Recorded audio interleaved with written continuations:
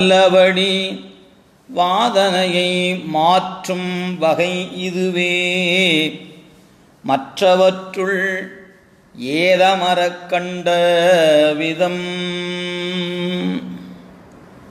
ஒரு ஞான யோகமாக இந்த பாடல்ல எளிதாக ஒரு கருத்தை வலியுறுத்துகிறார்.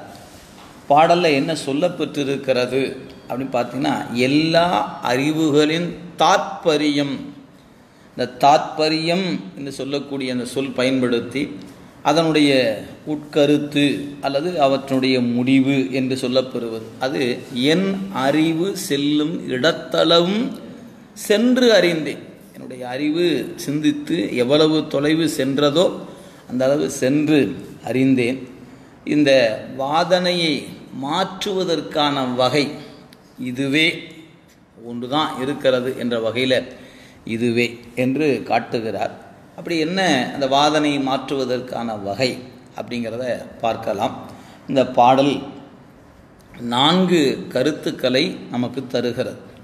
முதலாவது, பக்தி யாவர்க்கும் கூடுதல் அரிது. ஆனால் நாம் எளிதாக என்ன நினச்சிட்டு இருக்கிறோன்னா, பக்தி செய்வது எளிதானது அப்படின்னு நாம் நினைந்து கொண்டு இருக்கிறோம். ஏன்னா நாம் பக்தி என்பதற்கு நாம் கருதி இருக்கிற பொருள் அப்படி வைத்துக்கொண்டு யோகம் செய்வது கடினம், கிரியை கடினமானது, ஞானம் கடினமானது, பக்தி தான் ரொம்ப எளிமையானது அப்படின்னு ஒரு கருத்தை நாம் வைத்திருக்கிறோம். நாம் பக்தி என்பது என்ன என்பதை நம்முடைய சேக்கிழார் பெருந்தகையருடைய பத்தராய் பணிவார்கள் எல்லாருக்கும் அடியேன் அந்த புராணத்தை படித்தா இந்த பக்தி என்பது அவ்வளவு எளிதானது அன்று என்பது நமக்கு புலப்படும். நமக்கு பக்தியை பற்றி முன்னையே சில குறிப்புகளை நம்ம பார்த்துட்டோம். அதனால் பக்தி யாவர்க்கும் கூடுதல் அரிது. நிறைய பேர் எளிதுன்னு நினச்சிட்டு இருக்கிறாங்க, ஆனால் அது அரிது என்பது முதல் கருத்து. ரெண்டாவது, ஞான யோகமே வாசனையை தீர்த்து முத்தி தருவது என்று இரண்டாவது குறிப்பு. மூன்றாவது, பற்பல உபாயங்களின் கருத்து ஒருமை. நான் சென்றளவு, என் அறிவு சென்றளவு சென்று அறிந்தேன் சொன்னதுனால பற்பல உபாயங்களின், எல்லாம் அறிவுகளின் தாத்பரியம் என்பதனால பற்பல உபாயங்களின் கருத்து ஒருமை என்பதும், ஞான யோகமே இதமானது என்பதும் இந்த பாடல் சொல்லுகிற கருத்தாக 4 கருத்துக்களை உரையாசிரியர்கள் தந்திருக்கிறார்கள். இனி விரிந்த பொருள் காணலாம். எல்லா மெய்ப்பொருள் நூல்களிலும் பல்வேறு சமயத்தை சார்ந்தவர்கள் கண்டு சொன்ன கோட்பாடுகளின் உட்கருத்துக்களை என் ஆன்ம சிற்சக்தி செல்லும் அளவு சென்று அறிந்தேன். இதுதான் முதல் வரியினுடைய பொருள். எனவே எல்லா அறிவுகளின் தாத்பரியத்தை என் அறிவு செல்லும் அளவும் சென்று அறிந்தேன். எவ்வளவு போச்சோ அவ்வளவு தூரம் சென்று அறிந்தேன். அவை யாவற்றினும் உட்கருத்து, தாத்பரியம் என்று சொன்னார் பாருங்க. அவற்றின் உட்கருத்து என்ன சொல்ல, அவற்றின் உட்கருத்தாய் அமைந்திருப்பது தக்கதொரு ஞானாசிரியனை அடைந்து, அதாவது குருநாதனை அடைந்து, அதன் பிறகு அவர் அருளி செய்த முறையிலே ஒழுகி, அவர் நமக்கு உபதேசம் செய்து தருகின்ற சமய தீக்கை, விசேட தீக்கை, நிர்வாணம் என்ற அந்த படிநிலைகள் நமக்கு உணர்த்துகிற முறையில் நின்று, அதான் அதுவே அந்த முறையிலே ஒழுகி தன் முனைப்பு என்பதனை அறவே போக்கி, இது எல்லா நெறிகளிலும் ஆழமாக சொல்லப்பெறுபவை என்று குறித்திருக்கிறார். எனவே தன் முனைப்பை அறவே, அதன் அறவே அப்படின்னா முழுமையாக நீக்கி என்று பொருள். 99 விழுக்காடு எனக்கு தன்முனைப்பு போயிற்று, இன்னும் 1 விழுக்காடு தான் இன்னும் கொஞ்சம் இருக்குது என்று சொல்வதற்கெல்லாம் இல்லை. 100 விழுக்காடும் அந்த தன்முனைப்பு அற்றுப்போக வேண்டும் என்பது இந்த சொல்லின் பொருள் தான். எனவே தன்முனைப்பு என்பதனை அறவே போக்கி சிவஞானத்துடன் ஒன்றியிருப்பதே உலகத் துன்பங்களை யாவற்றையும் அறுத்து ஒழிக்க வல்ல நெறி என்பதே முடிந்த முடிவு. நாம் துன்பப்படுகிறோம், இடர்படுகிறோம் என்று எல்லாருக்கும் ஒரு இடர் இருக்கிறது. இடரின் வகை தான் வேறு வேறாக இருக்கிறது. எனவே இடர்படுகிற எல்லாருமே இந்த இடரில் நீங்கணும் நாம் நினைக்கிறோம். அதுக்கான முயற்சிகள் பலவற்றை செய்து பார்க்கிறோம். அந்த முயற்சியின் முடிவும் துன்பமாகவே இருப்பதையும் அனுபவத்தில் காண முடிகிறது. அப்படி துன்பத்தை நீக்குவதற்கு ஒரு முயற்சி எடுத்து அது இன்னும் துன்பமாகி அப்புறம் அதுக்கு ஒரு முயற்சி எடுத்தா இப்படி முயற்சிகள் அனைத்தும் துன்பமாகவே போகிறதே என்று பொருள் இழப்பு, இன்னும் வெவ்வேறு வகையான இழப்புகளை சந்திக்கின்ற உயிர் உள்ளத்தின் கண் நல்ல ஆற்றலுடைய உள்ளம் கூட சோர்ந்து தேறுவதற்கு வழியின்றி கிடப்பதை நாம் பல வகையில் பார்க்கலாம். அவரவருக்குரிய சிக்கல்கள் வேறு வேறாக இருக்கிறது. ஒரு எளிமையான நிலையில் ஒரு கவிஞன் சொன்ன சொல்லை சொல்ல வேண்டுமென்றால், போர் மாறுவதில்லை, போர்க்களங்கள் மட்டுமே மாறிக்கொண்டு இருக்கிறது என்று சொல்வதுண்டு, ஒரு சாதாரண ஒரு வார்த்தையாக. அதுபோல் நாம் பார்க்கிறோம். இப்போ இதற்கெல்லாம் தீர்வு என்ன அப்படின்னு கேட்டால், எளிதாக நம்முடைய நூல் சொல்லிவிட்டது. நான் என்கிற முனைப்பை நீ எப்பொழுது விடுகிறாயோ அப்பொழுது உன் துன்பத்துக்கான விடுதலை அப்பொழுது கிடைத்துவிடும். ஆனால் நமக்கு அந்த நான் என்கிற முனைப்பைத்தான் விட முடிவதில்லை. யாதெனின் யாதெனின் அதனின் நீங்கி என்று வள்ளுவ பெருந்தகை நமக்கு அறிவுறுத்துகிறார். எதிலிருந்தான் நீ நீங்குகிறாயோ அப்படி நீங்க அதில் உனக்கு இன்பம் இருக்கிறது என்பது. நாம் நாட்பட நம்முடைய நிலைகளை இறுக்கப்படுத்தி கொண்டே செல்லுகிறோம். நேற்று கொஞ்சம் லேசாக இருந்த பிடி இன்று சற்று இறுகுகிறது, நாளை இன்னும் இறுகுகிறது. இப்படியே நாம் பிடித்திருக்கிற பிடிகள் எல்லாம் இறுகி கொண்டே செல்லுகிற நிலையில் நாம் எப்படி துன்பத்திலிருந்து விடுபடுவது என்பது எண்ணி பார்க்க வேண்டிய ஒன்று. எனவே எல்லா நூல்களும் நம்முடைய சமய நெறிகளில் சொல்லப்பட்ட அருளாளர்கள் துன்ப நீக்கம் பெற வேண்டும் என்றால் என்ன செய்ய வேண்டும் என்றால் தன்முனைப்பை அறவே ஒழிக்க வேண்டும். அது என்னையா தன்முனைப்பு? நாம் எல்லாரும் நினைத்து கொண்டிருக்கோம், நான் எனக்குன்னு ஒரு இது இருக்கிறது, அந்த இதை விட்டு கொடுக்க இயலாது, இதுக்கு மேலே என்னால் இறங்கி போக முடியாது அப்படின்னு நமக்காக ஒன்றை நினைந்து ஒன்றை வைத்து கொண்டு அந்த ஒன்றுக்காக இதை காப்பாற்றணுமே, என் பேரை காப்பாற்றணும் என்று நானாக ஒரு நிலையை வைத்து கொண்டு அதுக்கு பல்வேறு முயற்சிகளை எடுத்து அது எல்லாத்துலேயும் துன்பத்தை மேலுமாக அனுபவித்து கொண்டு விடுபட முடியாதவாறு சிக்கிக்கொள்கிறோம் என்பது தான் நிதர்சனமாக நாம் கண்கூடாக பார்க்கக்கூடிய உண்மையாக இருக்கிறது. அதனால் இந்த துன்ப நீக்கத்துக்கான வழியாக நம் அருளாளர்கள் ஒவ்வொரு நூலிலும் இந்த நம்ம படிக்கக்கூடிய இந்த நூலிலும் அதிக இடம் பெற்றிருப்பது அந்த முனைப்பை அறவே நீக்குதல் என்பது தான் திரும்ப சொல்லப்பெறுகிறது. அதுதான் இங்கேயும் எடுத்து காட்டியிருக்கிறார்கள். நம்மால் அந்த முனைப்பை என்று விடுகிறோமோ அன்னைக்கு இன்பம். இதுதான் அடிப்படையான ஒன்று. இன்ப நுகர்ச்சிக்குரியவர்கள் அதை எப்படி நுகர்வது என்று தடுமாறுகின்ற பொழுது முனைப்பை இழக்காமல், நான் என்பதையும் எனது என்பதையும் இழக்காமல் இன்பம் என்பது இல்லை. ஆனால் நாம் என்ன கருதுகிறோம்னா, நான் என்கிற இருப்புத்தான் இன்பமானது, எனது என்கிற இருப்புத்தான் இன்பமானது என்று கருதுகிறோமே ஒழிய இதை விடுத்தாத்தான் இன்பம் என்பதை அறிந்திருந்தாலும் சில நேரங்களில் விட முடிவதில்லை. இது நாம் கண்கூடாக பார்க்கிற நிலையாக இருக்கிறது. அதான் சொல்றார், தாத்பரியம் என்பது வெளிப்பட்டு தோன்றாமல் சொல்லின் உள்ளே பொதிந்திருக்கும் உட்கருத்து ஆகும். எல்லா அறிவுகளின் தாத்பரியம் என்னும் இடத்து பல்வேறு வகைப்பட்ட சமயங்களில் அவரவர் உரைத்த நூல்களின் அடிப்படை நூல்களை அப்படிப்பட்ட பல வகைப்பட்ட நூல்களிலும் கருதுகோளும் எய்தப்படுவதாகிய குறிக்கோளும் வேறாயிருப்பினும் துன்பத்தை மாற்றும் வகை ஒன்றாகவே காணப்படுகிறது. எனவே துன்பத்தை மாற்றுவதற்கான வகை ஒன்றே ஒன்றுதான் அப்படின்னு சொல்ல, துன்பத்தை மாற்றும் வகை ஒன்றாகவே காணப்படுது. அது யாதெனின், தகுதியுடைய ஞானாசிரியனை அடுத்து ஆசிரியன் உணர்த்தும் நெறிப்படி தன்முனைப்பின்றி ஒழுகி ஞான நன்னெறியிலே நிற்றல் ஒன்றே உலகத் துன்பங்களை அறுத்தற்குரிய நெறி என்பதாகும். எவ்வளவு ஆசிரியர் இது தெளிவாக நமக்கு உணர்த்துகிறார் என்பதை சொல்லுகிறார். எனவே அந்த வகையில் இந்த பாடலில் நம்முடைய ஆசிரியர் இவ்வாறு உணர்த்துவதை பார்க்கிறோம். இந்த பாடலில் சொல்லப்படுகின்ற கருத்துக்களை நாம் எண்ணி பார்க்கின்ற பொழுது நமக்கு சொல்லப்பெறுகின்ற நிலை என்ன என்பதை நாம் பார்க்க வேண்டும்.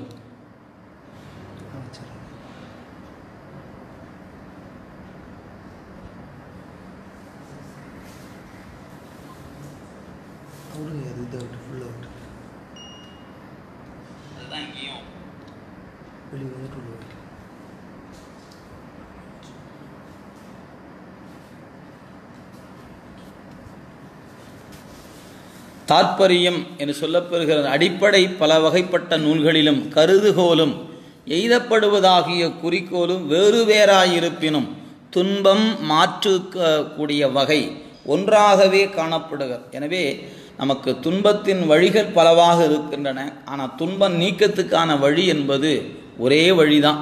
இது என்ன அப்படின்னு கேட்டால், தகுதியுடைய ஆசிரியனை அடுத்துனா அவரை சார்ந்து ஆசிரியன் உணர்த்தும் நெறிப்படி தன்முனைப்பை இன்றி அந்த தன்முனைப்பை முழுமையாக விட்டு ஒழுகி ஞான நன்னெறியில நிற்றல் ஒன்றே உலகத் துன்பங்களை அறுத்தற்குரிய நெறி என்பதாகும். நமக்கு குரு கிடைத்திருக்கிறார், குரு உபதேசமும் கிடைத்திருக்கிறது. ஆனால் இப்போ உபதேசம் கிடைத்தும் அந்த நெறியில் நிற்க முடியாமல் நாம் தடுமாறுவதனால நம்முடைய துன்பம் மேலும் மேலும் அதிகமாவது போலவே நிற்பதை பார்க்கிறோம். எனவே நமக்கு என்ன குருநாதன் உணர்த்தினான்? இந்த உலக வாழ்க்கையினுடைய அடிப்படை நாம் பொருளை ஈட்டுவதற்காக இந்த உலகத்துக்கு வரல. நாம் இப்படி நினச்சி தான் நாம் என்ன பண்ணுகிறோம், ரொம்ப கவலைப்படுகிறோம். நாம் இதை எவ்வளவு சிரமப்படுகிறோம் அப்படின்னு பல்வேறு இடர்பட்டு கொண்டு உயிர் கிடக்கிறது. உயிர் இந்த பந்தத்திலிருந்து விடுபடுவதற்காக, பாசச்சார்பிலிருந்து விடுபடுவதற்காகத்தான் நாம் இந்த உலகத்துக்கு வந்திருக்கிறோம் என்பதை நன்கு நினைவுபடுத்தி கொள்ள வேண்டும். நாம் பாசத்தில் அழுந்த வேண்டும் என்று சொல்லியிருந்தால் நாம் திருமுறையோ குருநாதனோ இந்த சித்தாந்த நெறியில் நிற்கக்கூடிய தீக்கி முதலானவையோ நமக்கு தேவையே இல்லை. நம்ம உலக வாழ்க்கையில் இருந்து கொண்டு ஏனையோரை போலவே பொருளை ஈட்டி வீட்டுக்கு வீடு பெரிதாக வளர்த்து கட்டி கொண்டு நல்ல ராஜபோக வாழ்க்கை வாழ்ந்து கொண்டு கடந்து போகலாமே அன்றி இந்த இடத்துல நம் உலகத்தின் எல்லாரும் கருதுகிற இடத்துல இறைவன் நம்மை கொண்டு வந்து வைக்கல. நம்மை எப்படியாவது பிறப்பிலிருந்து விடுபடுவதற்கான இடத்தை நமக்கு நகர்த்தி இருக்கிறான். நம்மை அந்த நெறியிலிருந்து பிறவி சூழலிலே இருந்து தடுமாற வேண்டாம் என்று நமக்கு உபதேசத்தின் வழியாக நம்மை மேலே தூக்குகிற பொழுது இந்த முனைப்பை விட்டுவிடு என்று குருநாதன் உணர்த்தி கொண்டே இருக்கிறான். ஆனால் நான் எப்படி இத்தனை நாள் பழகியதை என்னால் எப்படி விடுவது? இது என் உடம்பாயிற்றே, இது என் பொருளாயிற்றே, என் உடம்பை எப்படி விட முடியும், என் பொருளை எப்படி விட முடியும் என்று இந்த உயிர் அந்த கிடந்த பழக்கத்தின் காரணமாக விட முடியாது தவிப்பும் மன உளைச்சலும் வேதனைகளும் இதன் காரணமான நோய்களும் வந்து கொண்டே இருக்கின்றன. எனவே இடர்பாடு நீங்கணும்னா திருவருளிடத்தில் முழுமையாக ஒப்புவித்து நாம் இறைவனுடைய கருணை என்பதை நாம் நினைவுபடுத்தி கொண்டு நம்மை முழுமையாக ஒப்புவிக்க வேண்டும். அப்போ தான் அருள் வெளிப்படும். அந்த அருள் வெளிப்படாமல் நம்ம அறிவு அருளோடு போய் ஒன்றாது. இதைத்தான் இந்த இடத்துல நமக்கு காட்டுகிறார்கள். எனவே இந்த பாடலின் மொத்த கருத்தையும் சுருக்கமாக கொடுத்திருக்கிறார்கள். நீ ஒரு சின்ன குறிப்பு தருக. தாற்பரியம் உட்கருத்து, வாதனை துன்பம், ஏதம்னா குற்றம். இது அந்த சொல் பொருள் கொடுத்துட்டார்.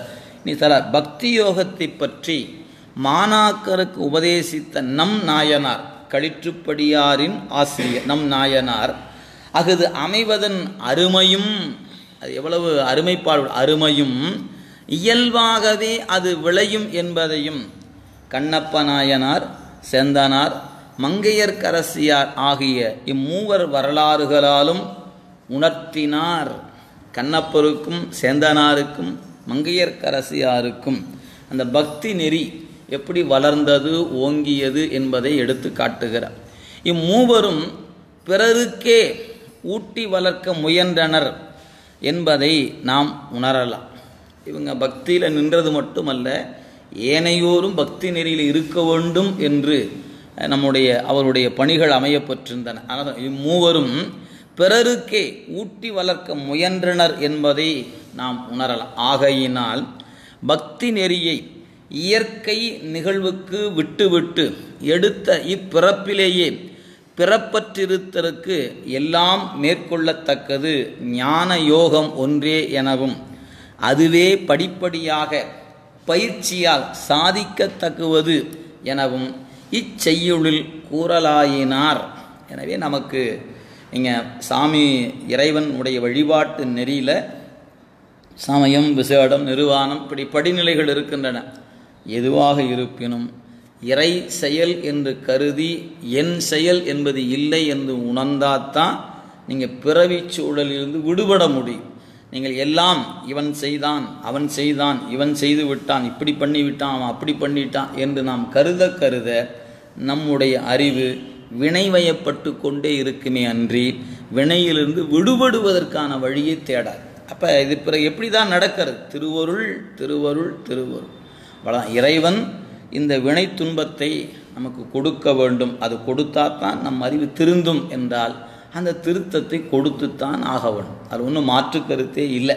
எனவே கருணை உடைய அந்த பெருமான் நம்மை பிறவி சூழலிலே இருந்து இன்னொரு தாயின் கருவுக்கு செல்லாது காப்பாற்ற வேண்டும் என்றால் இந்த முனைப்பை விட்டாலன்றி அது போகாது.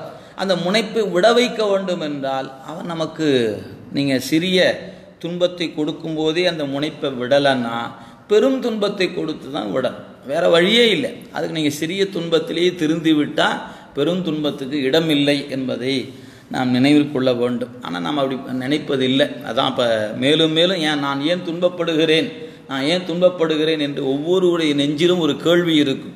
ஏன் நான் துன்பப்படுகிறேன்? நான் சிறிய துன்பமாக இருக்கும்போதே விடுபட்டு இருக்க வேண்டாமான்னு கேட்டால், என் சிறிய துன்பமாக எனக்கு வருகின்ற பொழுதே என்னுடைய முனைப்பை நான் விட்டிருந்தால் எனக்கு பெருந்துன்பத்துக்கு இடமில்லை. ஆனால் நான் என்ன கருதுகிறேன்? ஒவ்வொரு இடத்திலும் என்னுடைய இருப்பு என்னுடையது என்று கருதி கொண்டு சிக்கி தவித்து கொண்டிருப்பது தான் இந்த நிலை. அதெல்லாம் பொய்யாய செல்வத்தே புக்கு அழுந்தி நாள்தோறும் மெய்யா கருதி கிடந்தேனை ஆண்டு கொண்ட ஐயா என்று மணிவாசக பெருந்தகை அருளுவதை பார்க்கிறோம். எனவே முனைப்பை விட்டாலன்றி அறிவுக்கு ஆனந்தம் என்பது விளையப்போவது இல்லை. உடலுக்கு இன்பம் நாம் பொருள் தேடுவதாலும் நாம் இருக்கிற இடத்தாலும் கிடைத்துவிடும். ஆனால் அறிவுக்கு இன்பம் என்பது தன்முனைப்பை விடாது உயிர் இன்பத்தை அனுபவிக்க இயலாது. இல்லைனா வெறும் ஏட்டு படிப்பாகத்தான் இன்பம் ஒன்று இருக்கிறது என்று படித்து கொள்ளலாமே ஒழிய அனுபவிக்கக்கூடிய வாய்ப்பை நாம் இழந்துவிடும். குருநாதன் கிடைத்து, தீக்கை கிடைத்து, இந்த நெறி கிடைத்து இந்த வாய்ப்பை நழுவ விட்டு விட்டால் அடுத்த வாய்ப்பு இதுபோல் தான் அமையும் என்பதற்கு யாரும் எழுதி கொடுக்க இயலாது. இன்னொரு வாய்ப்பு நமக்கு கிடைக்கும். அப்போ மீண்டும் நாம் தமிழகத்தில் பிறந்து கொள்ளலாம், மீண்டும் திருமுறை படித்து கொள்ளலாம், பிறகு அந்த பிறப்பில் தன்முனைப்பை விட்டுவிடலாம் என்று கருதினால் அது மடமையாக போகுமே அன்றி அறிவுடைய செயலாக ஆகாது. ரொம்ப நினைவில் வைத்து கொள்ள வேண்டும். அதான் ஞானிகள் அத்துணை பேரும் கதறுகிறார்கள். ஆனால் நமக்கு அந்த ஞானியின் புலம்பல் நம் செவிக்கு எட்டாமலே இருக்கிறது. ஏன் எட்ட மாட்டேங்கிறது? வினையின் வலிமை அது செவிக்குள்ளே நுழைந்து நெஞ்சத்துக்குள்ளே போய் புகுந்து இந்த முனைப்பை விட்டுவிடு என்று சொல்வதற்கு அது துணியாது கிடக்கிறது. இதுதான் அடிப்படையான ஒன்று. இதை தான் இங்கே கொடுத்துக்கிறார். ஒரு சில கருத்துக்களை கொடுக்கிறார் பாருங்கள். அன்னமே பசியை போக்குவது, இதற்கு அமுதம் என்றும் பெயர். பசிப்பினி மருந்து எனவும் பேசப்படும். நீங்கள் நூல்களில் பேசப்பெறும்போது இந்த பசி என்பதை நோய் என்பார்கள், உணவு என்பது தான் நோய்க்குரிய மருந்து. அதான் சொல்ல அன்னமே பசியை போக்குவது, இதற்கு அமுதம் என்றும் பெயர். பசிப்பினி மருந்து எனவும் பேசப்படும். இதனை உதவுவனை பசிப்பினி மருத்துவன் என்று சொல்வது. இது எங்கேவாறு பேசப்பெறுகிறது அப்படின்னு பார்த்தீங்கன்னா சொல்லார். எனவே அந்த பசிப்பினி மருத்துவன் யாரெல்லாம் பிறர் பசியோடு இருக்கிறார்கள் என்று கருதி தன்னுடைய உணவை பிறருக்கு தருகிறானோ அவன்லாம் பசிப்பினி மருத்துவன்.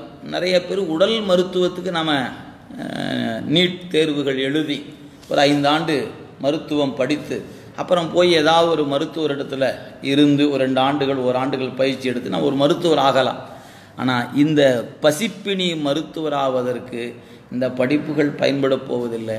முன்னைய தவம் நாம் பிறந்து பிறந்து இறந்து அதில் கொஞ்சம் கொஞ்சமாக புண்ணியத்தை செய்தோம்னா இந்த பிறப்பில் பிற உயிர் படுகிற துன்பத்தை காணும்போது நம் நெஞ்சத்தில் ஒரு கலக்கம் ஏற்படும், ஒரு இரக்கம் ஏற்படும். பிறர் உயிர்கள் துன்பப்படுவதை கண்டு நம் நெஞ்சம் நெகிழுமானால் அப்பொழுதுதான் பக்தியில் இருப்பதற்கான அடையாளமாக கருதப்படும். அதான் சொல்றார். எனவே அந்த பசிப்பிணி மருத்துவன் என்ப இது போலவே ஆறா அமுதமாவது ஞானம். எப்படி வயிற்று பசிக்கு உணவு அமுதமோ அதுபோல பிறவி பிணிக்கு ஞானம் என்பது தான் அமுதம். எனவே ஆறா அமுதாவது ஞானம். ஆதலால் ஞானமே நன்மருந்தாம். எப்படி பசிக்கு உணவு மருந்தாகிறதோ அதுபோல் பிறவி பிணிக்கு நமக்கு ஞானம்தான் மருந்தாவது. இதனை ஆச்சாரியன் விளைவிக்கிறான். எனவே அந்த ஞான விதையை ஆசிரியன் தான் விதைத்தாகும். நம்முடைய நிலம், நம் நெஞ்சம் நல்ல நிலம் விளைநிலமாக இருந்தாலும் ஞானமாகிய விதையை விதைப்பதற்கு ஒரு உழவன் வேண்டும். அந்த உழவனைத்தான் நம் நூல்கள் ஆசிரியன் என்று குறிப்பிடுகிறார். சொல்லார் அந்த இதனை ஆசாரியன் விளைக்கின்றான். ஆதலால் அவருக்கு பவப்பிணி மருத்துவர் என்பது பெயராம். 3 மருத்துவர் சொல்லிட்டார். ஒரு மருத்துவன் நமக்கு பசிப்பிணி மருத்துவன், அடுத்து ஞானம் நல்ல மருந்து. அந்த ஞானமாகிய மருந்தை யார் தருகிறானோ அவன்தான் பவப்பிணி மருத்துவன். எனவே பவம் என்பது பிறப்பு, பிறப்பாகிய பிணிக்கு மருத்துவன் யாரு? குருநாதன். ஏன்னா நம்ம பிறவாதிருப்பதற்கான வழியை உபதேசிப்பவன் குருநாதன் தான் என்பதனால குருநாதனுக்கு ஒரு பெயர் பவப்பிணி மருத்துவர் என்று ஆசிரியர் காட்டுகிறார். ஞானமே அன்றி முத்தி கிட்டாது. விடுதலை, முத்தி என்ற சொல்லுக்கு விடுதலைன்னு பேர். நீங்கள் விடுதலை பெற வேண்டும் என்றால் ஞானத்தை பெற்றால் அன்றி விடுதலை என்பது இல்லை. அதான் சொல்றார். எனவே கண் இன்றி புறப்பொருள் அழகை கண்டு ரசிக்க இயலாது. இந்த கண் இருக்கணும், கண்ணில் பார்வை இருந்தால் அன்றி ஒரு அழகான பொருளை கண்டு ரசிக்க இயலாது. அதுபோல் கைகளால் அப்படி கண் இல்லைன்னா பார்க்க முடியாது சொல்லார். சொல்லார். அதனால் இந்த வகையில் சொல்ல ரசிக்க இயலாது. கைகளால் தடவி காண்டல் உண்மைக்கான உதவாது. நீங்கள் கண் இல்லைன்னா என்னங்க, எனக்கு தான் கை இருக்குதே, நான் தடவி தடவி பார்த்து அதை கண்டுகொள்வேன் என்று சொன்னால் திருமூல சொன்னது போல யானையை என்று சொல்லக்கூடிய ஒன்றை குருடர்கள் சென்று அந்த யானையின் வடிவம் எத்தகையது என்று காண்பதற்கு முற்பட்டார்கள். முதல்ல ஒரு பார்வை இழந்த ஒருவன் வந்து அதனுடைய துதிக்கையை தடவி தடவி பார்க்கிறான். அவன் மனதுக்குள்ள யானை என்றால் இதுதான் என்று மனத்தில் வைத்து கொண்டான். 2ஆம் நபர் வந்தார். அவர் அதனுடைய யானையினுடைய அந்த முதுகு பகுதிகளை தடவி தடவி பார்த்து கொண்டார், மனத்தில் குறித்து கொண்டார். 3ஆவதாக ஒரு நபர் வந்தார். யானையின் கால்களை பற்றி கொண்டார். இந்த கால்களை பற்றி கொண்டவர் யானை என்றால் இதுதான் என்று கருதி கொண்டார். அடுத்ததாக ஒரு நபர் வந்தார். யானையின் வாலை பற்றி கொண்டார். பற்றி கொண்டு அதை தடவி பார்த்தவர் ஒரு முடிவுக்கு வந்தார். இப்போ 4 வரையும் அனுப்பிய அந்த குருநாதன் அல்லது ஆசிரியன் கேட்கிறான், நீ யானையை பார்த்தாயா? 4 பேரும் பார்த்தேன் என்றார்கள். என்ன பார்த்தீர்கள் என்று சொல்லும் பொழுது முதலாம் அவன் சொன்னான், யானை என்பது உலக்கை போன்று இருந்தது என்று சொன்னான். 2ஆம் அவன் சொன்னான், சுவர் போன்று இருந்தது என்று சொன்னான். 3ஆம் அவன் சொன்னான், தூணை தழுவியது போல் இருந்தது என்று சொன்னான். காலை பிடித்தவன். வாலை பிடித்தவன் சொன்னான், அது ஒன்றுமில்லை, வெறும் முடியாக இருந்தது, அவ்வளோதான் யானை அப்படின்னா. இப்போ 4 பேரும் உண்மை சொன்னார்களா இல்லையா என்பதை நீங்கள் தான் முடிவு பண்ணணும். 4 பேர் உண்மை சொல்லியிருக்கிறார்கள். ஆனால் என்ன உண்மை சொல்லியிருக்கிறாங்கன்னு கேட்டால் முழு உண்மையை சொல்லாமல் உண்மையின் ஒரு பகுதியை சொல்லியிருக்கிறார்கள் என்பது ஒரு கருத்து. அடுத்து அதோடு விட்டிருந்தா பரவாயில்ல. ஆனால் அவன் என்ன கருதி கொண்டார்கள், அந்த தூண் போன்றிருப்பது தான் யானை என்று முடிவு செய்கிறாங்க பாருங்க. அங்கே தான் பிழை ஏற்படுகிற.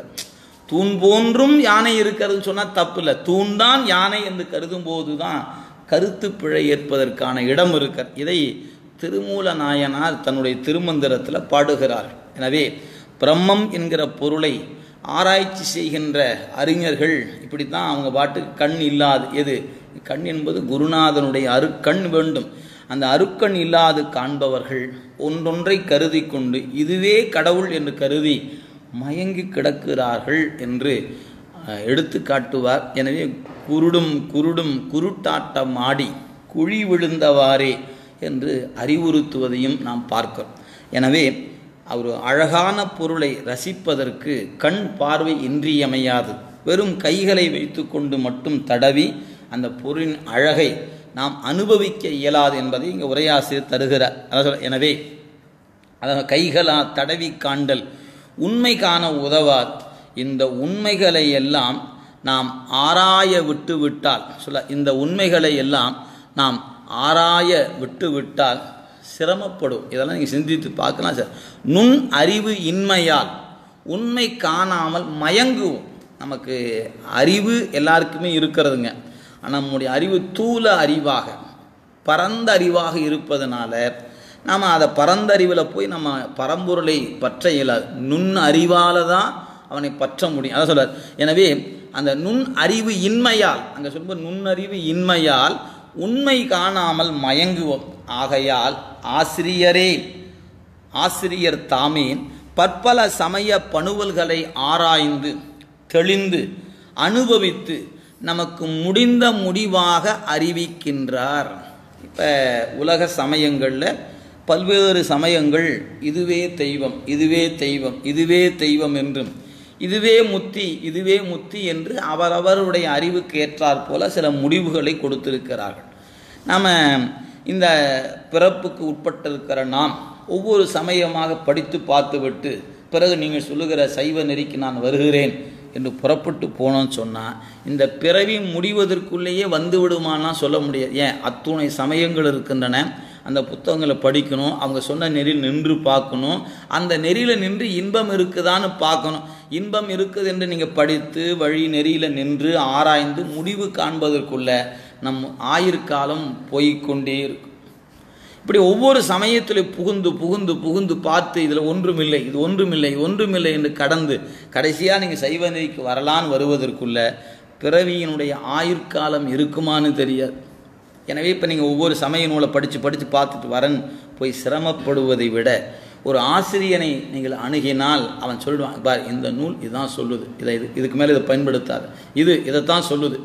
எனவே நீ விடுதலை பெற வேண்டுமா, முக்தி பெற வேண்டுமா, இதோ இந்த நூலை படி என்று ஆசிரியன் ஒரு நூலை நமக்கு கற்பித்து தரும்போது அந்த ஒரு நெறியில் நின்றால் நமக்கு போதுமானது. ஆனால் நாமளாக போனோன்னு சொன்னால் அது பலவாறு பிரிந்து நாம் எந்த எல்லைக்கு வர வேண்டுமோ அங்கே வராமையே நம் காலம் போயிடும். அதுதான் ஆசிரியர் சுட்டி காட்டுகிறார். எனவே பற்பல சமய பணுவல்களை ஆராய்ந்து தெளிந்து அனுபவித்து நமக்கு முடிந்த முடிவாக அறிவிக்கின்றார். யார்? ஆசிரியர். இந்த முடிந்த முடிவே சித்தாந்தம் எனப்படுவது. இதை தாயுமான சாமிகள் குறித்திருக்கிறார். இன்னும் பல அருளாளர்கள் நமக்கு இந்த உண்மையை உணர்த்தியிருக்கிறாங்க. சொல்ல எல்லார் அறிவுகளின் தாற்பயம் என் அறிவு செல்லும் இடத்தளவும் சென்று இருந்தேன் என்று தாம் ஆராயாமல் கூறவில்லை என்கிறார். நான் ஒன்னொன்னையும் படித்து பார்த்து தான்ப்பா இந்த நிலையை உனக்கு சொல்லுகிறேன், எதையும் ஆராயாமல் நான் சொல்லவில்லை. யார் சொல்லுகிறார்? களிற்றுப்படியாரின் ஆசிரியர் சொல்லுகிறார்.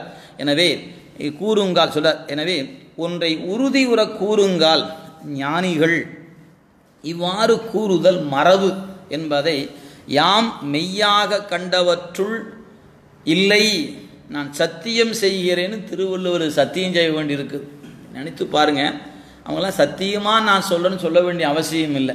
ஆனாலும் சில நேரங்களில் நம்முடைய அறியாமையை கண்டு அருளாளர்கள் கீழே இறங்கி அட நான் சத்தியமாக சொல்கிறேன்யா, இதுதான் உண்மை என்று சொல்ல வேண்டிய தேவை நம்பொருட்டு வருகிறது. அவங்க அப்படிலாம் சொல்ல வேண்டிய அவசியம் ஒருபோது நமக்கு இல்லை. எனவே சான்றோர்க்கு வாய்மை என்பது தான் சிறந்த விளக்கு என்று சொல்வார். எனவே அந்த அடிப்படையில் மெய்யாக கண்டவற்றுள் என்று வள்ளுவ பெருமானும் அப்படி சொல்வதை பார்க்கிறோம். திருவள்ளுவர் கூறும் முறையால் காணலாம். நமக்கு இருப்பது வாதனை துன்பம். இதனை நீக்க வேண்டும். அதை நீக்க இதற்கு ஞானமே சிறந்த சாதனம். நாம் படுகிறோம் துன்பம் அப்படின்னா அந்த துன்ப நீக்கத்துக்கு என்ன தேவை? ஞானம்தான் தேவை.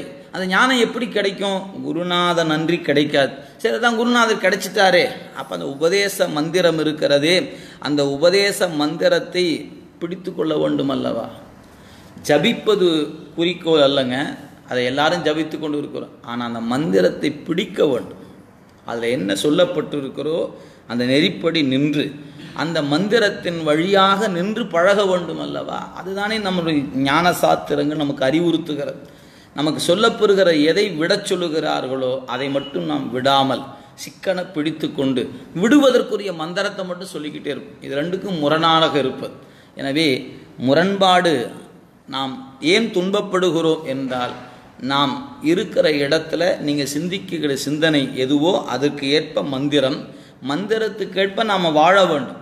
மந்திரம் ஒன்றாகவும் நான் நிற்பதும் வேண்டுவதும் வேறாக இருக்குமானால் இடறுபடுவதை தவிர வேறொன்றும் இல்லை.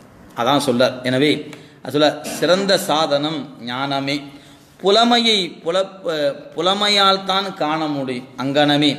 ஞானமயமான பொருளை அதுவே கருவியாகி உதவுவதால் அடைய வேண்டும். ஆதலால் வல்லபடி வாதனையை மாற்றும் வகை இதுவே என அறுதியிட்டு உபதேசித்துள்ளார். இது ஞான அனுபவம். இது உண்மையா? இதனால் விளையும் ஆனந்தத்தையும் தரும். இதுவே எல்லா குற்றங்களையும் நீக்கும் முறைமை. எவ்வளவோ குற்றங்கள், அத்தனை குற்றத்தை நீக்குகிற முறைமை இது ஒன்றுதாங்கிற. இதனை சாதித்தலே தக்கது என்பார். மற்றவற்றுள் ஏதமர கண்ட விதம் என கூறலானார். இதுவே நன்மார்க்கம் என்பதை இதம் என்ற சொல் விளக்குதல் காணலாம் என்று 56வது பாடல் நமக்கு உணர்த்துகிறது. எனவே வாதனை தீர்ப்பதற்கான வழி அப்படின்னு கேட்டால் முனைப்பை அறவே துடைத்து விடல் வேண்டும் என்பதுதான் ஒரு வரி செய்தியாக இருக்கிறது. இதைத்தான் நம்ம 55, 56 பாட்டில் திரும்ப திரும்ப கேட்டுக்கிட்டே இருக்கிறோங்க.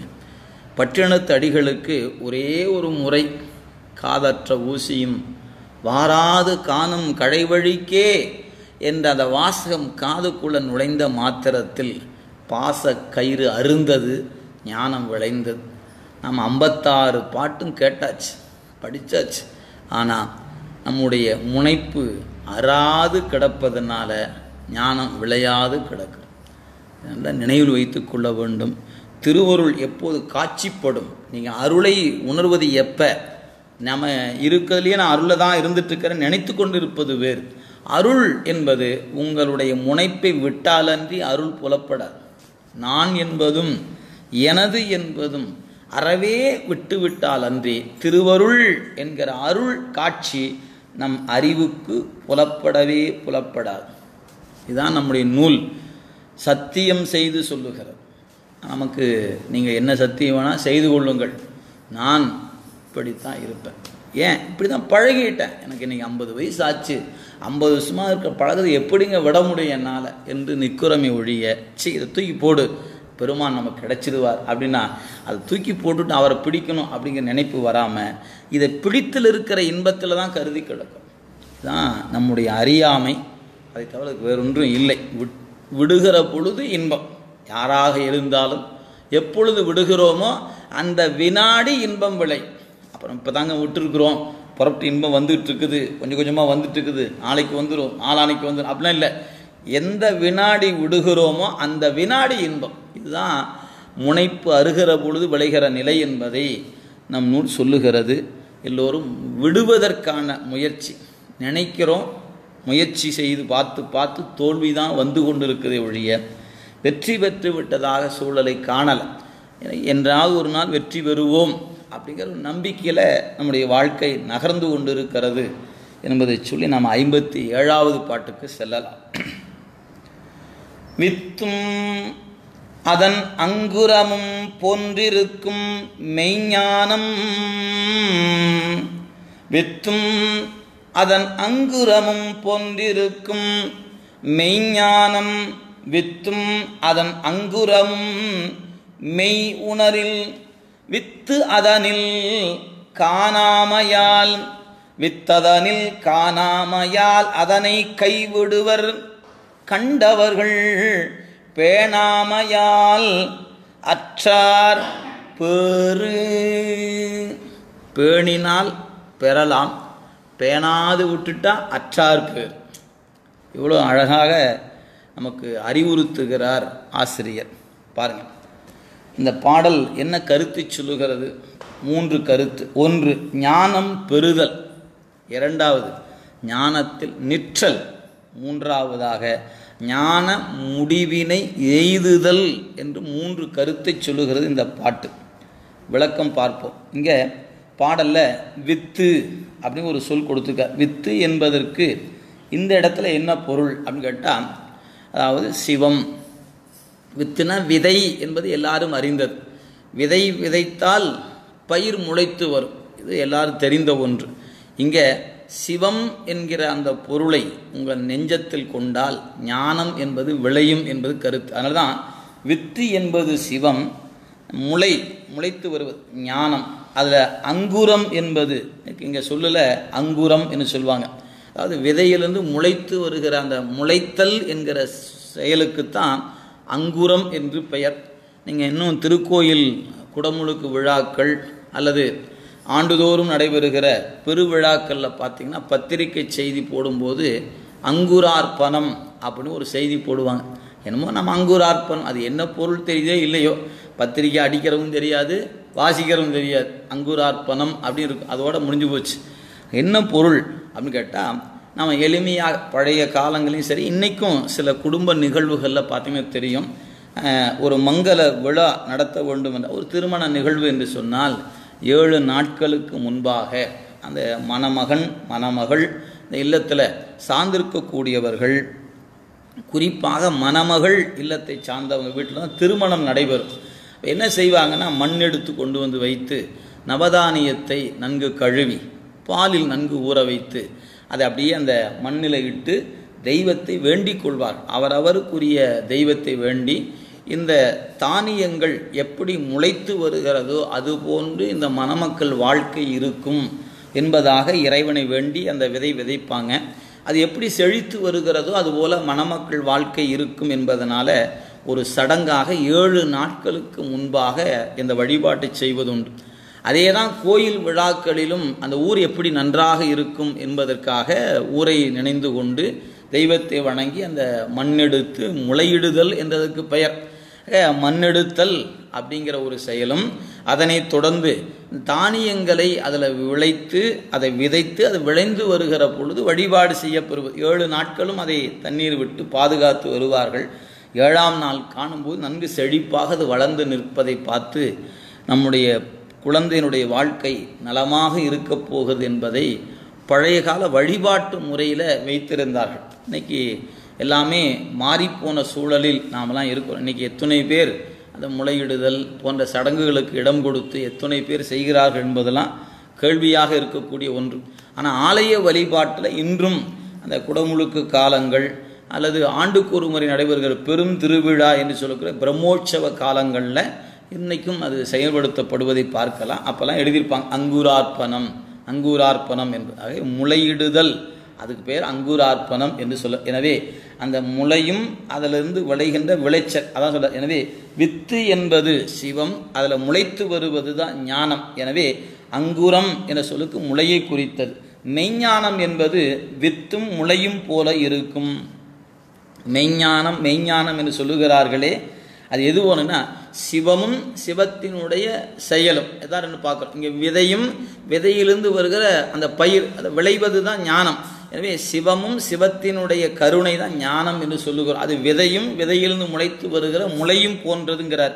எனவே மெய்ஞானம் என்பது வித்தும் முளையும் போல இருக்கும். அது எப்படி எனில், வித்தினிடத்தில் முளைத்து எழுந்த முளை வெளிப்பட்டு இருக்கும்போது வித்து மறைந்திருப்பதை போன்றது. எப்போ பயிர் வெளிப்படுகிறதோ விதை மண்ணுக்குள்ளே இருக்கிறது என்பது பொருள். அந்த விதை மண்ணுக்குள் இருக்க அதில் முளை வெளிப்பட்டு இருப்பதை பார்க்கிறோம். அந்த முளையானது வெளிப்படுதல் மண் மூடி இருக்கும் பொழுது தான். நீங்கள் அது முளைச்சி விட்டதா அப்படின்னு விதையை விதைச்சிட்டு அடுத்த நாள் காலை போய் தோண்டி பார்த்துட்டு இன்னும் முளைக்கலையாட்டிருக்குதே மறுபடியும் மண்ணை போட்டு மூடி வச்சுட்டு திருப்பி நான் அடுத்த நாள் வந்து தண்ணி ஊற்றி பார்த்து மறுபடியும் தோண்டி பார்த்தீங்கன்னா நாள்தோறும் இப்படி பறித்து பார்த்தோம்னா அந்த வித்து விளையப் போவதில்லை.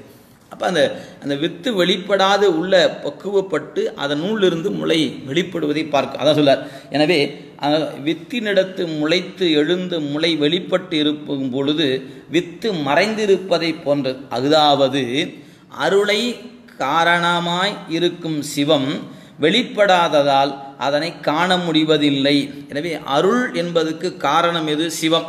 அருளுக்கு காரணமாயிருக்கும் சிவம் வெளிப்படாததால் அதனை காண முடிவதில்லை. நாம் முளைத்து வருகிற முளை தான் காணுகிறோமே ஒழிய அந்த முளைக்கு காரணமாக்க விதையை நாம் பார்ப்பதில்லை. அதுபோல் சிவம் என்பது விதை போன்றிருப்பது அதனுடைய முளையாக முளைத்து வருகிற அதனுடைய பயிராக இருப்பது தான் ஞானம் என்பது. அதை சொல்ல அருளில் அழுந்தியிருப்பவர்கள் கூட சிவத்தை பெறுவதே முடிந்த முத்தி நிலை என்பதை அறியாமல் போனார். நிறைய பேர் அருள் பெற்றுட்டா போதும் அப்படின்னு கருதுவார்கள். அருள் இன்பமானது அல்ல. நீங்கள் சிவத்தை அடைந்தால் தான் இன்பம் என்பது. நீங்கள் வகரத்தை பெற்றுவிட்டால் அருள் பெறுகிறோம்.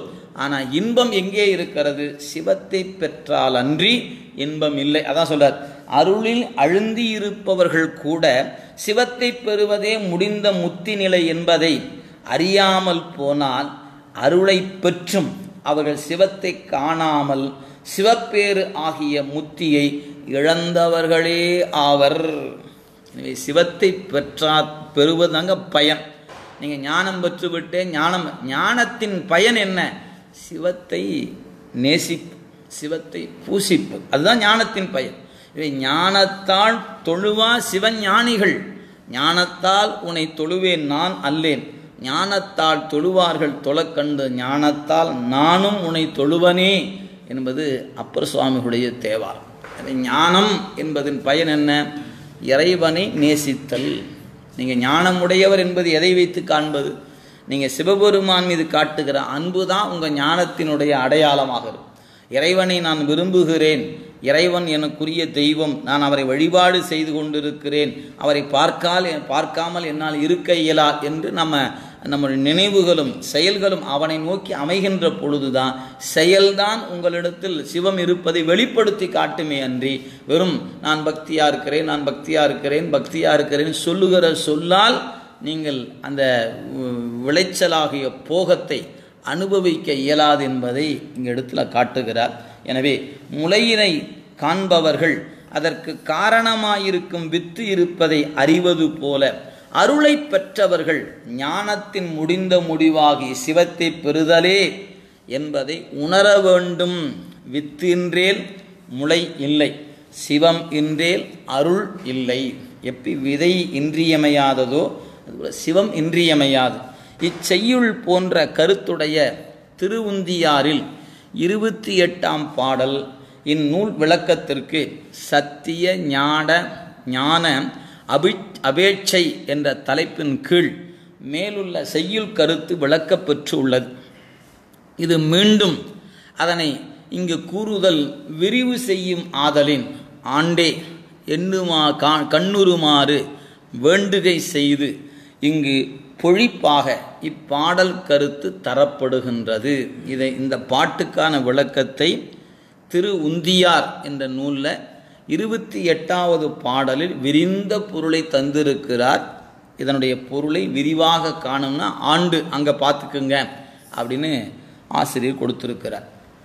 நெல் முதலான வித்துக்கள் யாவும் அங்குரிக்கும் போது, அதாவது முளைத்து வரும்போது, அங்குரிக்கும் போது முளையோடு இரண்டுபடாமல் அம்முளையளவும் வியாத்தமாகி பரிணமித்து வருகின்றன. அப்படியே அதிலிருந்து வெளிப்பட்டு அதை விட்டு பிரிக்காமல் அதோடு சேர்ந்து தான் முளைத்து வருகிறது. எனவே வியாத்தமாகி பரிணமித்து, விதை என்பது ஒன்றாக இருக்கிறது, முளைக்கும் போது வேறொன்றாக இருக்குது. எப்படி பால் தயிராக மாறுகிறது அதுபோல் அதான் பரிணாமம் என்று பெயர். எனவே விதையாகவே இல்லாமல் அது முளைத்து வருகிறது, அதுக்கு பேர் பரிணாமம் என்று அதனால்தான் சொல்றார் பரிணமித்து வருகின்றன.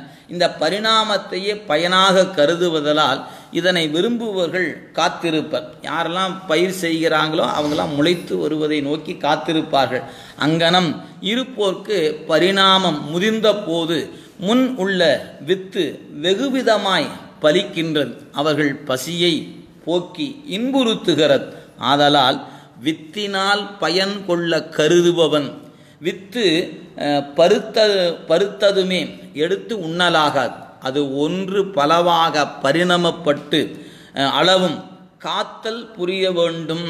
எவெல்லாம் உணவு வேண்டும் என்று கருதுகிறார்களோ அவங்க நெல் பயிரை கொண்டு போய் அந்த விதை நெல்லை வயலில் விதைத்த மாத்திரத்தில் நாம் உணவுக்காக அதை எதிர்பார்க்க இயலாது. 3 மாதம் குறைந்தபட்சம் காத்திருக்க வேண்டும். அப்போ இப்போ எடுத்துக்கொள்ளக்கூடிய அந்த உணவு பொருள் குறைந்தபட்சம் 3 மாதத்துக்கு முன் நம்முடைய வயலில் விதைத்து அது விளைந்து அறுவடை செய்து இன்றைக்கி நம்ம உணவுக்கு வந்திருக்கிறது. இன்று விதைப்பதற்கு அது பயன் தருவதற்கு 3 மாதம் என்பது குறைந்தபட்ச கால அளவாக இருப்பதை பார்க்கும். அப்போ ஒரு விதை முளைப்பதற்கு காலம் என்கிற ஒன்று தேவைப்படுகிறது.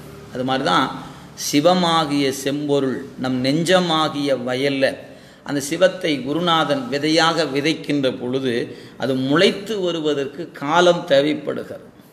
அந்த காலம் எவ்வளவு? நீங்கள் எவ்வளவு அன்பு செலுத்துகிறீர்களோ அவ்வளவு. இங்கே தான் உள்ள சிக்கல். உலகத்தில் இருக்கக்கூடிய பயிர் வகைகள் இருக்கின்றன. இப்போ நெல் வகை எடுத்துக்கொண்டால் 5020 பொன்னி அப்படி சில பெயர் வைத்திருக்கிறோம். இதுங்களா இந்த நெல்லை விதைங்க 3 மாதத்தில் பயன் தரும், இது 6 மாதத்தில் பயன் என்று ஒரு காலத்தை வரையறை செய்யும். அது எந்த நிலமாக இருந்தாலும் காலம் அவ்வளவுதான், ஒரே விதை காலம் அவ்வளவு. ஆனால் இங்கே என்னென்னா சிவம் என்கிற விதையை நெஞ்சம் என்கிற வயலில் விதைக்கின்ற பொழுது அந்த நிலம் பண்பட்டு இருக்க வேண்டும். அதில் அன்பென்கிற நீர் ஊற்றி பாதுகாக்க வேண்டும். ரொம்ப எளிமையாக சொல்லணும்னா அப்பர் சாமிகளுடைய தேவாரத்தை படித்து வைத்து கொள்ளுங்கள். மெய்மையாம் உழவை செய்து விருப்பு என்னும் வித்தை வித்தி பொய்மையாம் களையை வாங்கி பொறை என்ன சொல்லுக்கு பொறுமைன்னு பேர். நல்லா விதைச்சோடனே நாளைக்கு வந்துடும் நினச்ச முடியாது. 6 மாதம் 3 மாதம் காத்திருந்து தான் ஆகும். காத்திருந்தால் மட்டும் போதுமா? நாள்தோறும் போகணும், அந்த பயிரை வயலை சுற்றி பார்க்கணும், அதுக்கு பாதுகாப்பு செய்யணும், நாள்தோறும் தண்ணீர் பாய்ச்ச வேண்டும், காவலிட்டு இருக்க வேண்டும். இதெல்லாம் ஒழுங்காக பார்த்து வந்தால் தான் அந்த அறுவடையினுடைய பயன் அந்த உழவன் அனுபவிக்க இயலும். நான் விதைச்சி வந்துட்டேன், நான் வயலுக்கெல்லாம் போக மாட்டேன், அவன் வீட்டில் படுத்து தூங்குனா பயன் வீட்டுக்கு வந்து சேருமான்னு கேட்டால் ஒருபோதும் வாராது. எனவே நம் நெஞ்சத்தை வயலாக எண்ணுதல் வேண்டும். குருநாதன் உழவனாக நின்று ஞானத்தை விளையக்கூடிய விதையை நம் நெஞ்சுக்குள்ள இந்த காது வழியாக உபதேசம் எங்கே போயிருக்குது? காது வழியாக போயிருக்கு. இந்த மடை வழியாக போய் இந்த நெஞ்சம் என்கிற வயலுக்குள்ளே போயிருக்குது. இந்த வயலுக்குள்ளே இருக்கக்கூடிய அந்த பயிர் விதை வளர்ந்து வருவதற்கு நாள்தோறும் அஞ்செழுத்தை சொல்லி சொல்லி வளர்த்தாக வேண்டும். இடையறாது அஞ்செழுத்தை சிந்தி, அதுதான் அன்பெனும் நீர். அதுதான். எனவே 5 எழுத்தை இடையறாது சிந்தித்து எவ்வளவு சிந்திக்கிறோம் அவ்வளவு தூரம் நம்முடைய மண் பண்படுகிறது, விதை பக்குவப்படுகிறது, முளைத்து வருவது துரிதமாக நடைபெறும். இதில் எல்லாருடைய நெஞ்சுக்கும் ஒரே நாளில் உபதேசம் செய்கிறார் ஆசிரியர். 100 பேர் உபதேசம் பெறுகிறோம். 100 பேருக்கு ஒரே மாதிரி ஞானம் விளையுமா? விளையாது. ஆனால் வயலில் கொண்டு அப்படியே பயிரை 100 விதையை விதைச்சாச்சுன்னா 100 ஒரே நாளில் முளைச்சி வந்துடும். ஆனால் பயன் ஒரே காலத்தில் 3 மாதம் 3 மாதம் அறுவடை பண்ணி விடலாம். ஆனால் நம்முடைய நெஞ்சத்தில் குருநாதன் விதைத்த விளை, அந்த விதையானது ஒரே காலத்தில் பயிர் செய்யக்கூடிய அறுவடைக்கூடியதாக வருமானு கேட்டால் வருவதில்லை. அது நெஞ்சம், பல பேருடைய நெஞ்சம் வறண்டு போன நிலமாக கிடப்பதனால இந்த விதை உள்ளுக்குள்ளே கிடக்கிறது. எப்போ அது வானம் பார்த்த பூமி போல் மழை எப்பொழுது பெய்கிறதோ அப்படி கிடப்பதும் பார்க்கிறோம். எனவே உபதேசத்தின் பயனாகி அந்த பயிர், இங்கே பயிர் என்பது ஞானம், சிவமாகி விதையை குருநாதன் விதைத்து விட்டான். நாம் அந்த விதைத்த விதையிலிருந்து முளைத்து வர வேண்டுமே. அந்த பயிர் வளர்வதற்கு நாம் 5 எழுத்தாகிய அந்த அன்பு நீர் பாய்ச்சுதல் வேண்டும். பொறுமை என்கின்ற ஒன்றை கடைபிடிக்க வேண்டும். ரொம்ப இன்றியமையாதது பொறுமை. நமக்கு இல்லாதது பொறுமை தான். எந்த ஒன்றிலும் வேகமாக உடனுக்குடன் அப்படித்தான் எதிர்பார்க்கிறோம். பொறுமையாக இருந்து தான் அதை செய்தாக வேண்டும். இதில் வேகமாக நின்று சாதிக்க இயலாது என்பதை நம் பெருமக்கள் உணர்த்துகிறார். அதான் பொறையெனும் நீரை பாய்ச்சினர், பொறுமையாகிய நீரை பாய்ச்சியை நீ வளர்த்து வந்தாயானால் சிவம் என்கிற பயிர் விளையும் என்று அப்பர் அருளி இருக்கிறார். எண்ணி பார்த்து கொள்ளுங்க. அதாங்க சொல்லார். எனவே அந்த வகையில் இங்கே எடுத்து காட்டுகிற, எனவே அந்த நெல் முதலானவற்றை சொல்லும் பொழுது இவ்வாறு எனவே அந்த பொறுமையாக நின்று அந்த எப்படி பசியை போக்குகிறதோ அதுபோல என்று சொல்கிறார். ஆதலால் வித்தினால் பயன் கொள்ள கருதுபவன் வித்து பருத்ததுமே எடுத்து உண்ணலாகாது, அது ஒன்று பலவாக பரிணமப்பட்டு அளவும் காத்தல் புரிய வேண்டும். அதுபோலவே இது ஊமை சொல்லிட்டார். நீ சொல்ற வித்தாகிய சிவமும் ஆன்மாக்களுக்கு இருவினை ஒப்பும் மலவறிவாகவும் உண்டானதுமே கருணையே திருமேனியாக கொண்டு வெளிப்பட்டு பக்குவ ஆன்மாக்களை தம்மை நேசிக்கும்படி செய்து இவர்களிடம் அனாதியே தாம் உட்பொருளாயிருந்து நடத்தி வரும் உண்மையை அறிவித்து இந்த உண்மை ஞான சுகரூபத்தில் ஆன்மாக்களை நிற்கச் செய்து இந்த சிவயோக நிலை முதிர்தலும் தன்னுடைய பேரின்பத்தை இவர்களுக்கு அனுபவித்து சம்பூரணத்தை அடையும்படி சிவபோகத்தை கொடுக்கும். ஒரு நீண்ட தொடர். ஆக அந்த பக்குவ ஆன்மாக்கள் தம்மை நேசிக்கும்படி செய்து, நீங்கள் அது இதுதாங்க புண்ணியத்தின் காரணமாக வருவது. கடந்த பிறப்புகளில் நாம் கொஞ்சம் புண்ணியம் செய்து வைத்திருந்தால் தான் இந்த பிற சிவபெருமானை நோக்கி நகர முடியும், அவரை நெருங்கி போக முடியும். இல்லைன்னா நம்முடைய புண்ணியத்தின் பயன் மிக குறைவாக இருக்குமானால் கோயிலுக்கு வந்து சிவபெருமானை கும்பிட்டு போகிற அளவு தான் இருக்குமே ஒழிய அதுக்கு மேலே நம்ம அன்பு செலுத்துகிற அளவுக்கெல்லாம் அறிவு செல்லாது. தவமின்றி நமக்கு வாய்ப்புகள் கிட்டாது, தவமின்றி கிடைக்காது. அப்படி கிடைத்த வாய்ப்பை நழுவ விடாமல் பார்த்துக்க வேண்டிய பொறுப்பும் நம் கையில் இருக்குது. அது நீங்கள் எப்படி பாதுகாப்பது? குருநாதன் சொன்ன நெறியில் நின்றால் தாங்க பாதுகாக்க முடியும். எனவே நம்முடைய நூல்கள் அதைத்தான் திரும்ப திரும்ப சொல்லு. நாம் எல்லாருக்கும் எல்லா வகையிலும் சொல்லப்படுவது என்னன்னு கேட்டால், நாம் மீண்டும் பிறப்பதற்காக இந்த மண்ணுலகத்துக்கு வரல. நான் வந்த நோக்கம் பிறவி பிணியிலிருந்து விடுபடுவதற்கு வந்திருக்கும். அந்த ஒரு இலக்கை மனசுக்குள்ளே நினச்சிக்கிட்டிங்கன்னா வீடு மனை மக்கள் செல்வம் நகை நட்டு போல்டு ஒன்றும் நினைவுக்கு வராது. எல்லாத்தையும் தூக்கி போட்டுட்டு பெருமானை தவிர வேறொரு இலக்கு நமக்கு இல்லை, அவன் ஒருவனே நமக்குரிய இலக்கு, அவனை இந்த பிறப்பிலேயே பெற்றுவிட வேண்டும். இனி பிறவாத தன்மை வந்து எய்த பெற்றேனார். மற்ற பற்றெனக்கின்றி நின் திருப்பாதமே மனம் பாவித்தேன், பெற்றலும் பிறந்தேன், இனி பிறவாத தன்மை வந்து எய்தினேன். எப்படி அவரால் சொல்ல முடிஞ்சிச்சு? நான் இந்த பிறப்பில் எனக்கு அவனை தவிர வேறு பற்றுக்கோடு இல்லை என்பதை அவர் உணர்ந்திருந்தார். எனவே இந்த பற்றை தூக்கி எறிந்து கிடக்கிறார். அவரை நம்ம வணங்குகிறோம், அவரை வழிபாடு செய்கிறோம். இப்போ நமக்கு அந்த அறிவு வேண்டும் அல்லவா? எனவே நாம் வந்திருக்கிற நோக்கம் பாச வலையை வலிமைப்படுத்தி கொள்வதற்காக நாம் வல்ல, பாச வலையை அறுப்பதற்கு வந்திருக்கிறோம். மீண்டும் பிறவிக்கு வாராதிருப்பதற்காக வந்திருக்கிறோம் என்பதை நினைவிற்கொள்வோம் என்று சொன்னால் பொருள் இழப்புகள், வெவ்வேறு வகையான இழப்புகள் எதுவும் நம்ம அறிவை பாதிக்காது. நமக்கு என்ன அறிவை பாதிக்கிறது அப்படின்னா, நமக்கு சூழ்ந்திருக்கக்கூடிய நிலையில்லாததெல்லாம் நிலை என்று கருதி இதெல்லாம் நமக்கு இழப்பாக போய்விட்டதே என்றல்லவா உயிர் கருதி பரிதாபப்பட்டு துன்பப்படுகிறது. அதான் சொல்லார். எனவே நமக்கு அந்த ஒரு நிலைதான் நமக்கு வேண்டும். எனவே சம்பூரணம், அதான் நிறைவாக இருக்கக்கூடிய ஒன்று, அதை அடைதல் என்பது. அப்போ தான் சிவபோகத்தை, அதான் இருவனை ஒப்பு மலவரிவாகம் என்ற சொற்களையெல்லாம் நாம் கொடுத்திருக்கிறார். எனவே வித்தும் அதன் அங்குரமும் போன்றிருக்கும் மெய்ஞானம் என்ற வாசகம் இங்கனம் வித்து போல்வதே சிவம் எனவும் அவ்வித்தின் முளை போன்றதே ஞானம் எனவும் நாம் உணர கடமைப்பட்டுள்ளோம். இதனை வித்தும் அதன் அங்குரமும் மெய் உணரில் என்ற வரிகள் உணர்த்துகின்றன. இவ்வாறன்றி வித்தும் பயிரான மாத்திரத்தை அதனில் உடனே விதைத்திருக்க காணாமையினா இப்பயிர்கள் ஊடே வித்து பரிணமித்து அத்துவிதமாய் நிற்றலால் பரிணாம முடிவிலே கதிராகி பலிக்கும் என எண்ணாமல் அப்பயிரை முதிர விடாமல் கைவிடுவர் சிலர். சில பேர் இந்த முயற்சிக்குள்ள பொறுமை இல்லாத காரணத்தினால அந்த பயன் விளைவதற்கு முன்பாக முயற்சியை கைவிடுவர். இவர்களை பௌத்தர் என்பர். இவர்கள் ஞானத்தில் நின்று சாதித்து ஞானமே ஆகியும் அந்த ஞானத்தின் முதலாகிய சிவத்தை கூடி பேரின்பத்தை பெறமாட்டாமல் ஞான தரிசனம் ஒன்றையே பிறவி பயன் என எண்ணி சிவரூப உண்மையை அறியாமல் ஞானத்தையும் கைவிட்டு சிவபோகத்தையும் இழந்து விடுவர். எனவே இந்த உடல் நிலையில்லாதது, உலகம் நிலையில்லாது என்பதை அறிவது ஞானம். ஆனால் இந்த ஞானமே போதுமானது அல்ல. இந்த ஞானத்தின் பயனாக சிவபெருமானின் திருவடியை பேணுதல் வேண்டும். நீங்கள் இறைவனை நேசிக்கவில்லை என்றால் நீங்கள் பெற்ற ஞானம் பயனற்றது.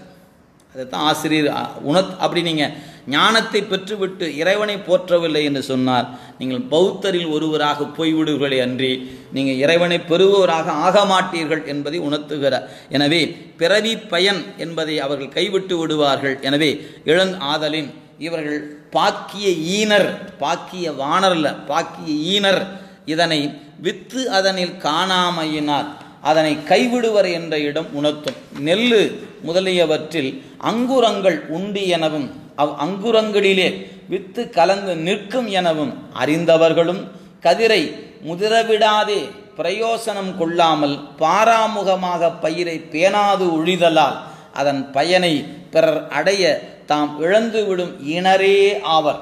இவ்வாறு சிவனை தாரகமாதல் ஒழித்து ஞானம் பிரகாசியாது என அறிந்தவர்களும் அந்த ஞானத்தை கைவிடாமல் நின்று விசுவத்தை கைவிட்டு அந்த ஞானமாகவே சாதித்து இந்த ஞானத்தின் ஐக்கியமாதலே சிவனை பெற்று பேரின்பம் அனுபவித்து திருப்தி அடைய மாட்டாமல் வாதனையின் மிகுதியார் பாராமுகமாய் தாம் பெற்ற ஞானத்தை பின்பு அனுபவிக்கலாம் என்ற நித்தத்துவம் பெற்றிருப்பாரை போல நிகழ்ந்திருந்தவர்கள் தமக்கு பேரான சிவபோகத்தை இழப்பர். எனவே ஞானத்தை மட்டும் பெற்றால் போதும் என்று கருதுகிற சமயங்கள் இருக்கின்றன. ஞானம் மட்டுமே போதாது. அது ஞானம் என்பது முளை, ஆனால் அந்த ஞானத்துக்கு வித்தாக இருப்பது சிவம் என்பதை உணராததனால் வந்த விளைவு. எனவே அவர்கள் போகத்தை கைவிட்டவர்கள் ஆகிறார்கள் என்பதை இங்கே குறித்திருக்கிறார். எனவே ஆதலால் ஆன்மானந்த சுகமே சுகம் என்ற எண்ணமும் வண்ணமுடையது ஆகாது என நிறைய பேருக்கு ஞானத்தை பெற்றவுடன் இதுவே போதும், ஆகா நான் இந்த உடம்பு நான் அல்ல, இந்த உலகம் நான் அல்ல என்று நினைக்கும் போதே ஒரு ஆனந்தம் இருக்கு. உடம்பு நான் அல்ல என்று நினைக்கும் போது ஒரு ஆனந்தம், அது ஆன்மானந்தம் என்று இது ஆனந்தம் அல்ல. இதை கடந்து இந்த உடம்புக்குள்ள உயிருக்குள்ள சிவம் இருப்பது என்பதை உணர்ந்து சிவத்தை அனுபவிப்பது ஆனந்தம் என்பதை பெறாமல், ஆனந்தத்தை பெறாமல் ஆன்மானந்தத்தை பெற்று அதுவே போதும் என்று கருதுபவர்கள் போகத்தை பயனை கருதி விட்டவர்களாகிறார்கள். அதான் சொல்றார். எனவே இதனால் இத்தகைய தவம் தமக்கு கிடைக்கப்பெற்றதே என செருக்கடையாமல், எது ஞானம் கிடைக்கப்பெற்றதே என்று செருக்கடையாமல் இடைவிடாமல் ஞானமாய் நின்றே சாதனையை புரிந்து ஞானத்தின் உறுதியாலே ஞானமயம் ஆனதும் பலிக்கத்தக்கதுமான சிவபோகத்திலே அழுந்தி அனுபவித்தல் ஞான யோகமாகும். இவ்வுண்மையை கண்டவர்கள் பேணாமையால் அற்றார் பேறு என கூறி தெருட்டியுள்ளார் ஆசிரியர். இக்கருத்தினை பின் உள்ள திருமந்திரம் காட்டும். வித்தினில் அன்றி முளை இல்லை, அம்முளை வித்தினில் அன்றி வெளிப்படுமாறும் இல்லை. வித்து அன்றி முளை இல்லை, அம்முளை வித்தினில் அன்றி வெளிப்படுமாறு இல்லை. வித்தும் முளையும் உடனன்றி வேறில்லை, ரெண்டும் ஒன்னாத்தான் இருக்குது, வேறில்லை. அத்தன்மை ஆகும் அறநெறி காணுமே. எனவே சிவத்துக்கும் சிவத்தினுடைய ஞானத்துக்கும், அதாவது சிகரத்துக்கும் வகரத்துக்கும் இருக்கிற தொடர்பு எது போல அப்படின்னு கேட்டால் வித்தும் முளையும் போன்றது என்பதை இங்கே எடுத்து காட்டுகிறார். திருமூலரும் இந்த பாடல்ல அதனை அறிவுறுத்தி இருக்கிறார் என்பதை நம்முடைய களிற்றுப்படியார் ஆசிரியர் கொடுத்திருப்பதை உரையாசிரியர் பெருமக்கள் மேற்கோள் காட்டியிருக்கிறார்கள். எனவே ஞானம் கிடைத்தால் அது போதுமானது அல்ல, ஞானத்தின் பயனாக சிவத்தை பேணுதல் வேண்டும். அதான் சான்றோர்கள் ரொம்ப எளிமையாக சொன்னாங்க. இவ்வளோலாம் படித்து சாத்திரம் படித்து உள்ளே உட்காந்துக்கிட்டு எனக்கு ஒன்றுமே புரியலையா என்று கருதுபவருக்கு ரொம்ப எளிமையாக சொன்னாங்க. அதாவது தவத்திற்கு அழகு சிவத்தை பேணுதல், அவ்வளோதாங்க, ஒரே வரி. தவத்திற்கு அழகு சிவத்தை பேணுதல். 4 சொல். இதனை யாரெல்லாம் தவம் உடையவர்களோ அவர்கள் சிவத்தை பேணுவார்கள். தவத்துக்கு அழகு என்பது சிவத்தை பேணுதல் தான் இருக்கிறதே அன்றி வேறு வகையில் இல்லை என்பதை நம் சான்றோர்கள் ஆணித்தரமாக அறைந்து கூவியிருக்கிறார்கள் என்பதை சொல்லி இன்றைய சிந்தனையை இந்த அளவு நிறைவு செய்கின்றோம். என்றும் இன்பம் பெருகும் இயல்பினால் ஒன்று காதலித்து உள்ளமும் ஒங்கிட மன்றுளார் அடியார் அவர்வான் புகழ் நின்றது எங்கும் நிலவி உலகெலாம் வான்முகில் வழாது வைக மலிவலம் சுரக்க மன்னன் கோன்முறை அரசு செய்க குறைவிலாது உயிர்கள் வாழ்க நான் மறையறங்கள் ஓங்க நல் தவம் வேள்வி மல்க மேன்மைகுள் சைவநீதி விளங்குக உலகமெல்லாம் மேன்மைகுள் சைவநீதி விளங்குக உலகமெல்லாம் மேன்மைகுள் சைவநீதி விளங்குக உலகமெல்லாம். தென்னாருடைய சிவனே போற்றி, எந்நாட்டவர்க்கும் இறைவா போற்றி, ஏகம்பத்துரையந்தாய் போற்றி, பாகம் வெண்ணுரு ஆனாய் போற்றி, காவாய் கனகத்திரளே போற்றி, இலை மலையானே போற்றி போற்றி.